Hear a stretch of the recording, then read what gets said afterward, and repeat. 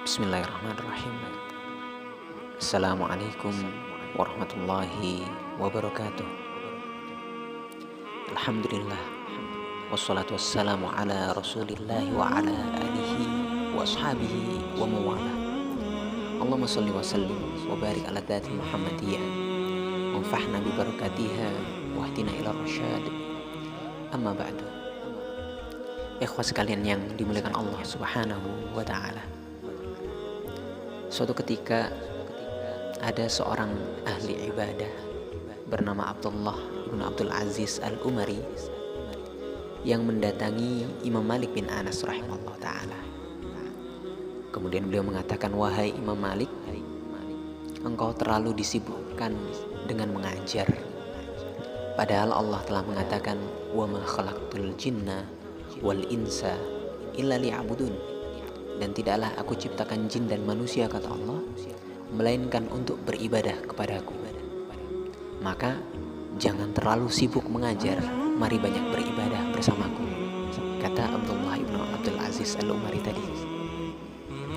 Maka Imam Malik bin Anas mengatakan, "Wahai saudaraku, sungguh jika engkau mengatakan seperti itu, maka benar adanya bahwa Allah menciptakan kita tujuannya adalah untuk beribadah. Namun penting untuk engkau pahami bahwasanya ibadah itu hakikatnya adalah al-khudu' wa tadallul, tunduk dan patuh. Kepada apa? Kepada aturan yang Allah tetapkan. Adapun aturan atau syariat yang Allah tetapkan maka luas, meliputi ibadah yang engkau sampaikan, meliputi juga menjalani hidup dengan baik serta menjauhi segala yang Allah larang. Maka ada orang yang Allah mudahkan untuk melaksanakan satu ibadah, tapi Allah tidak bukakan pintu ibadah yang lain. Ada orang yang Allah mudahkan untuk bekerja, tidak Allah mudahkan untuk pekerjaan yang lain. Itu semuanya sesuai dengan ketetapan yang Allah tetapkan, dan sesungguhnya hikmahnya hanya Allah yang tahu. Beliau mengatakan, innallaha ta'ala qassama baina ibadil a'mal kama qassamal arzaq. Sesungguhnya Allah Subhanahu wa taala itu menentukan dan membagi amal tiap orang sebagaimana Allah membagi rizki. Tiap orang punya rezeki yang berbeda-beda dan jalan rezeki yang berbeda-beda. Ada orang yang memiliki rezeki yang banyak, ada orang yang memiliki rezeki sedikit. Ada orang yang mendapatkan rezeki melalui jalan mengajar, ada orang yang mendapatkan rezeki melalui jalan perdagangan, ada orang yang mendapatkan rezeki melalui pertanian dan lain sebagainya. Seperti itu juga amalan yang dilaksanakan oleh manusia. Ada orang yang Allah mudahkan untuk qiyamul lail, bertahajud secara rutin. Ada orang lain yang tidak sanggup melakukan itu, tapi Allah mudahkan untuk sholat duha. Ada orang yang tidak mampu melaksanakan sholat duha secara rutin, namun Allah mudahkan untuk istiqomah puasa Senin dan Kamis. Mungkin ada orang lain yang tidak sanggup melakukan itu semua, tapi Allah bukakan hatinya untuk mudah menolong orang lain. Ada juga orang lain yang Allah bukakan pintu amalnya dengan senantiasa menyebarkan kebahagiaan kepada orang lain, senantiasa tersenyum dan membuat orang lain tersenyum. Dan pada akhirnya Imam Malik mengatakan, wa ma adzunnu ma ana fihi biduni ma anta fihi minal ibadah. Dan sungguh aku tidak mengira apa yang kau lakukan ini lebih baik daripada apa yang engkau lakukan, wahai Abdullah. Begitu juga yang engkau lakukan belum tentu lebih baik daripada apa yang aku lakukan.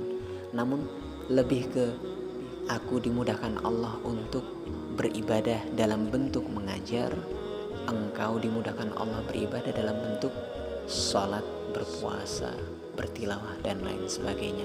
Dan masing-masing dari amal kita adalah bentuk ibadah ketaatan kepada Allah Subhanahu wa taala. Tidak ada yang lebih baik satu dengan yang lainnya. Wakilana ala khairin insyaallah. Dan kita berdua insyaallah sama-sama dalam kebaikan. Nah, hakikatnya ikhwah sekalian, Allah Subhanahu wa taala menciptakan manusia tidaklah sama. berbeda-beda. Itu adalah sunnatullah, sebagaimana yang Allah sampaikan, walau sya'allahu laja'alakum ummatan wahidah. Jika saja Allah berkenan, mudah saja Allah menjadikan kalian itu satu umat, satu jenis, satu karakter, satu sifat. Mudah sekali Allah jadikan kita seperti itu. Walakin, tapi tidak.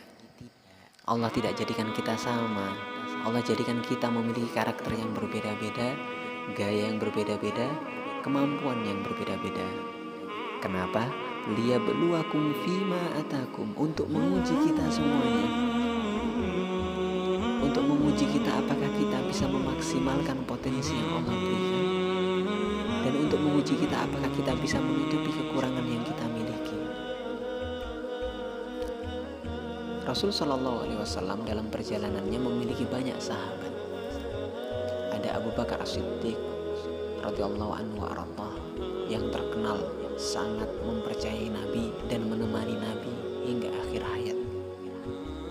Di sisi lain ada Umar bin Khattab radhiyallahu anhu arḍah dan Khalid bin Walid, terkenal akan keberaniannya dan kemampuan berperangnya. Di sisi yang lain ada sahabat Utsman bin Affan dan Abdurrahman bin Auf rahimahullah ta'ala radhiyallahu anhu arḍah, yang terkenal ahli perdagangan, terkenal orang kaya, ahli sedekah. Di sisi yang lain ada Ali bin Abi Thalib radhiyallahu anhu arḍah dan Ibnu Abbas radhiyallahu anhu arḍah, terkenal akan ilmu dan kecerdasannya. Semua sahabat itu dengan gaya serta kemampuan yang berbeda-beda, Rasul SAW katakan yang terbaik. Bagaimana bisa semua yang terbaik padahal masing-masing memiliki potensi berbeda-beda? Inilah rahasia ikhwah sekalian, Islam datang tidak untuk menyamakan manusia, tidak untuk membentuk manusia menjadi satu cetakan, tapi untuk memberikan batasan koridor yang memaksimalkan potensi manusia. Utsman bin Affan, Abdurrahman bin Auf memiliki kekayaan, sering bersedekah. Rasul katakan orang yang baik dan akan masuk surga. Umar bin Khattab dan Khalid bin Walid pemberani, pahlawan perang. Dikatakan Umar bin Khattab asadullah, singanya Allah. Khalid bin Walid dikatakan Saifullah al-Maslul, pedang Allah yang terhunus. Keduanya di surga. Abu Bakar As-Siddiq terkenal kesetiaannya. Beliau katakan, kalau bisa aku jadikan khalil kekasih, maka Abu Bakar adalah khalilku. Ada sahabat yang bernama Julaibib, tidak memiliki kemampuan, tidak memiliki kekayaan, tidak memiliki hal yang bisa dibanggakan, hanya memiliki cinta yang sangat besar kepada Rasulullah SAW. Maka beliau katakan, Julaibib akan bersamaku di surga. Ada sahabat yang bernama Nuaiman, terkenal karena kejenakaannya, suka bercanda. Dikatakan oleh Rasul, ini adalah orang yang mencintai Allah dan Rasulnya, dan Allah serta Rasulnya mencintainya.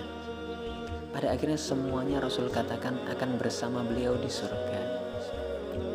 Jadi sekali lagi, masing-masing dari kita memiliki potensi yang telah Allah tetapkan.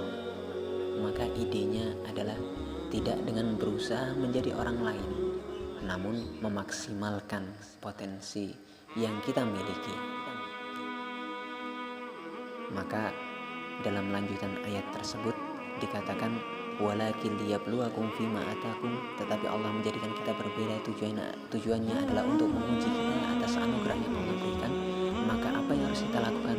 Fastabiqul khairat, mari berlomba-lomba dalam kebaikan. Mari maksimalkan potensi kebaikan yang telah Allah titipkan pada masing-masing dari kita.